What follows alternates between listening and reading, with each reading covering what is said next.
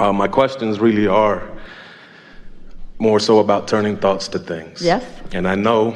Or about allowing the thoughts that are turning to things to be seen by me. Realized by me.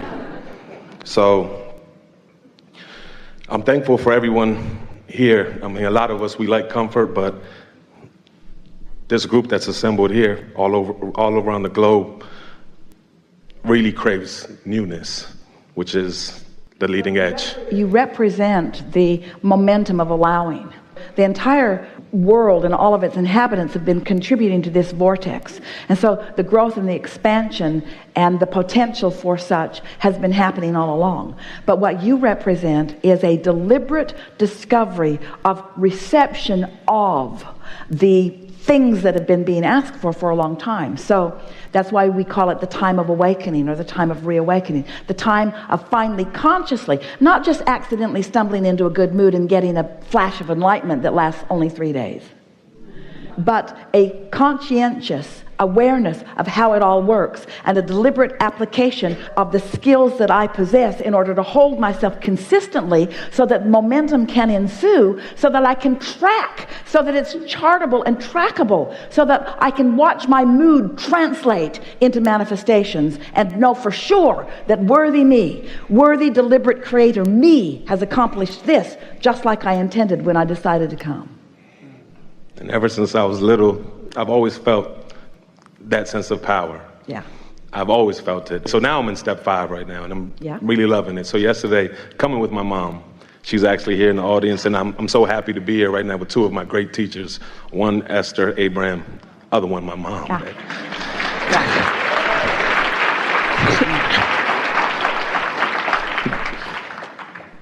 But step 5. So yesterday, I live in Maryland. We came here yesterday. I'm driving my car on the highway. It starts acting up. I'm going 65, and it acts up like, I guess, I don't know if the transmission, something's going wrong with the car, and it goes down to 20 miles per hour. I only mentioned it to my mom, but she actually experienced it. But throughout the whole thing, I'm laughing. I'm thinking this is pretty funny. She's very worried. She's like, this is dangerous. Oh my God, what's happening? So that happens, and I'm laughing. I'm like, everything's gonna work out. It always works out for me. Always does. Then next thing, I have my Waze on to get to the hotel. I don't know how to get here. And my phone charger's broken and my battery's on 4%. So I'm like, oh man, how am I gonna get here? So it dies. So I'm like, I start laughing at this, telling my mom this. And I'm like, wow, the contrast, but I'm loving it. I'm like, this is pretty funny. What's gonna happen next? So now I get off the exit and I get to an office building, and I'm like, Mom, go inside and ask if they know where the Westfields Marriott Hotel is. So I park the car and I go inside and I see an older lady, and I see her through the glass window. As I walk in, I'm like, I know she has the answer for me. So I walk in, I'm like, ma'am, do you know how to get to such and such? And she's like, you know what? I was just there 2 days ago. And otherwise, if I wasn't there, I would not know how to get there. So that worked out. And then this morning I wake up, forgot my toothbrush at home. So I'm like, oh man, look what's happening. But I'm loving it. It's just a beautiful feeling. So I'm in the state 5. That's definitely state 5. And I know it's the contrast, and it's full circle. It comes back around step 1, 2, 3, 4. Last year, I'm still in the state of allowing. I feel that. But step 5 now, my question really is, I understand how things go from vibration to thought form, into manifestation. And I understand the realization part in that process is when you actually live the manifestation, once you realize that the revelations they speak about. My question is the vibration and thought, which one really comes first?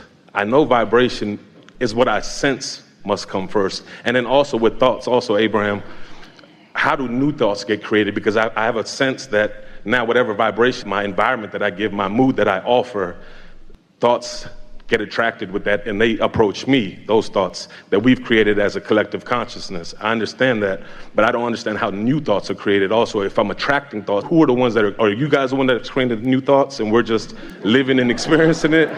Like, who's creating the new thoughts? Well, as you are individually having experiences, let's say that you have an experience where you're rude to someone or someone's rude to you. So you know what you don't want, and you automatically launch a rocket of desire. So you wouldn't even call it so much a thought. It's just a feeling. It was an experience that you had. And so let's say that you don't have enough money and you want more money, or that you can't find your way and that you want to find your way. So all of these details are being shot like rockets of desire by you and others into this vortex, and law of attraction is gathering them together, bringing them together as cooperative components. So there's a becoming. These vibrations or these thoughts that are so subtle that you couldn't even identify them are being gathered by law of attraction, and so there's a stronger and stronger and stronger trend of them. These vibrations, energy, vibration, we use those words interchangeably, and neither of them means too much to any of you because they're not clearly translatable. But then as they gather more momentum and you are in the receptive mode of them, you translate the vibration into the thought.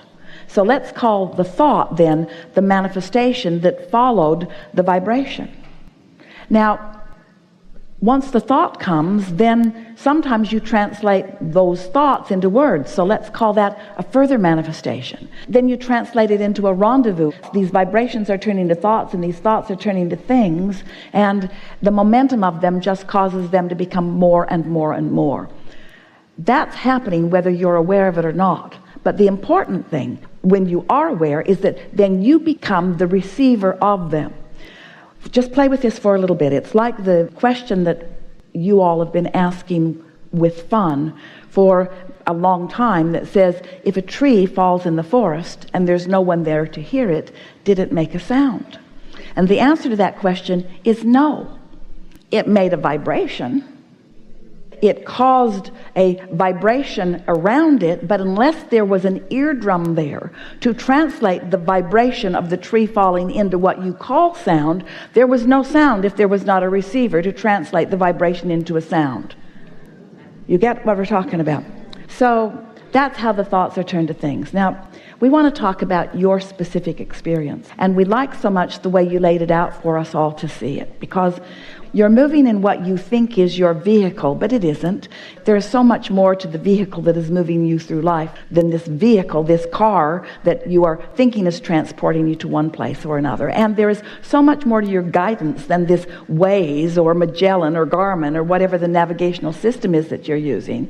There's so much more to your guidance system than there are these physical things or contraptions that you're using to guide you.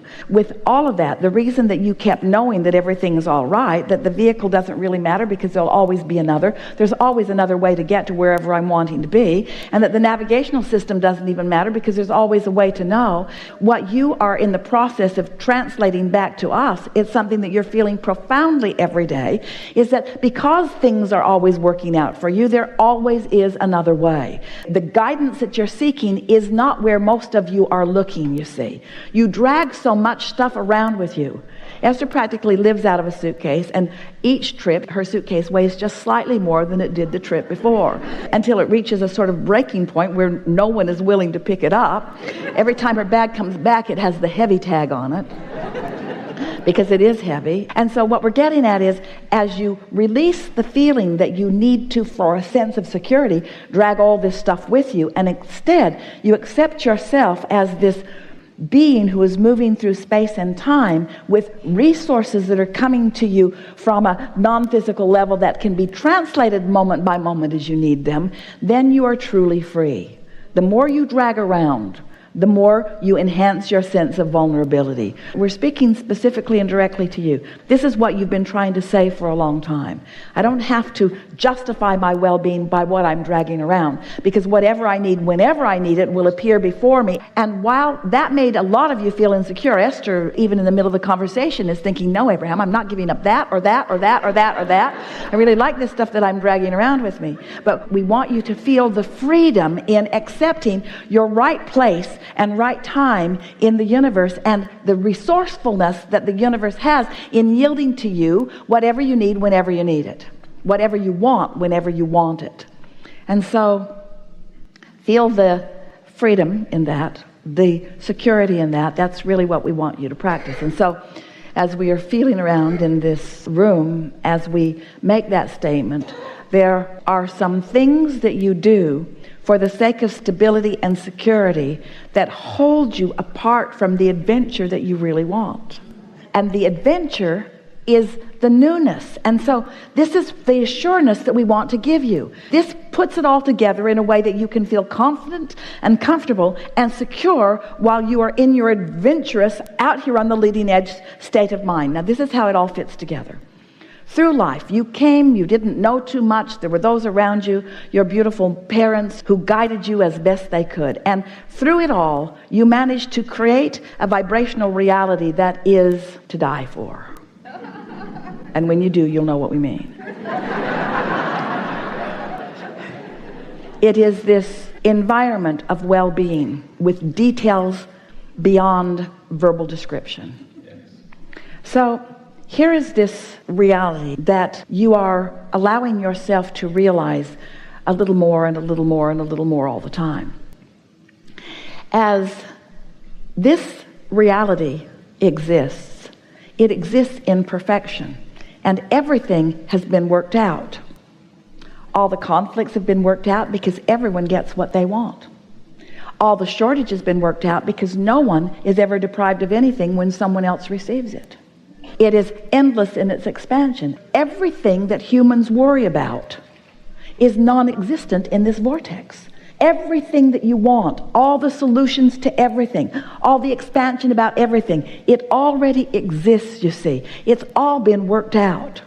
So as you get into the receptive mode and you allow yourself then to be on your journey, not worrying about whether your vehicle is solid or stable, not worrying about whether your phone will stay charged enough that the maps application can give you the route that you need, but instead trusting that everything always works out for you. You allow this vortex to yield to you what you want when you want it, what you need when you need it, and it's the way that you intended to go through life. Did you notice you didn't bring any of that stuff with you when you came?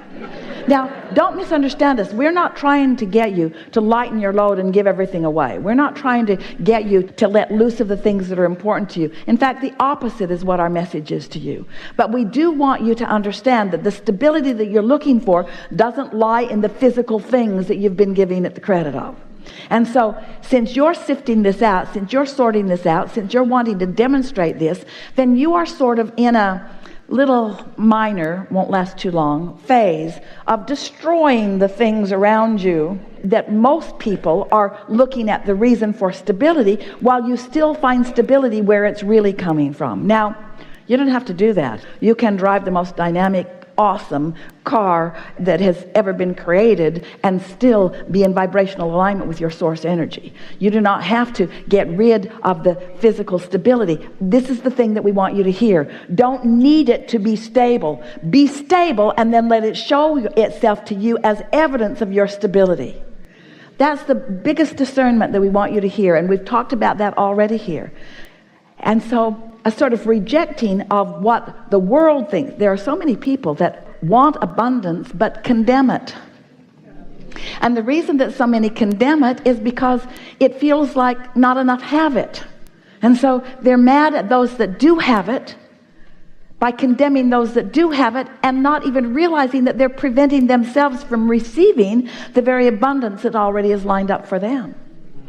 So everything that we've been talking about in all these hours that we've been together today, all that we ever talk about ever, is that you came into this time-space reality knowing that it, in its wholeness, in its diversity, in its differences, provides the basis for you as a selfishly focused, you got to be that because it's all you've got, individual, to receive from it whatever it is you are wanting whenever you are wanting.